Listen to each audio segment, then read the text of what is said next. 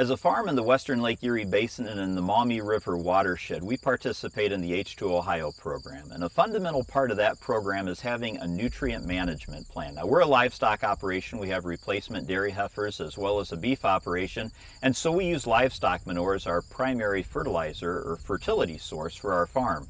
Within that, we will test our soils. We grid sample in 2.5 acre grids, and we'll do that every 3 years to monitor what those soil test levels are based on the crop. We also look at our yields and what crop removal is of those nutrients, and then we can vary the rate of manure we apply or come in with a commercial fertilizer as well to supplement if we need to.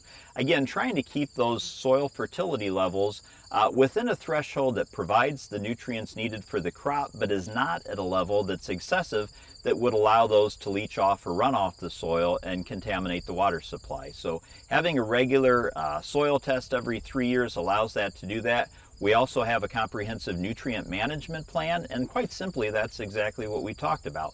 Knowing what the soil test levels are, knowing what the crop removal is going to be, and then planning accordingly with our crop rotation what we need to apply, whether it be with the manure that we use or commercial fertilizers to meet those needs.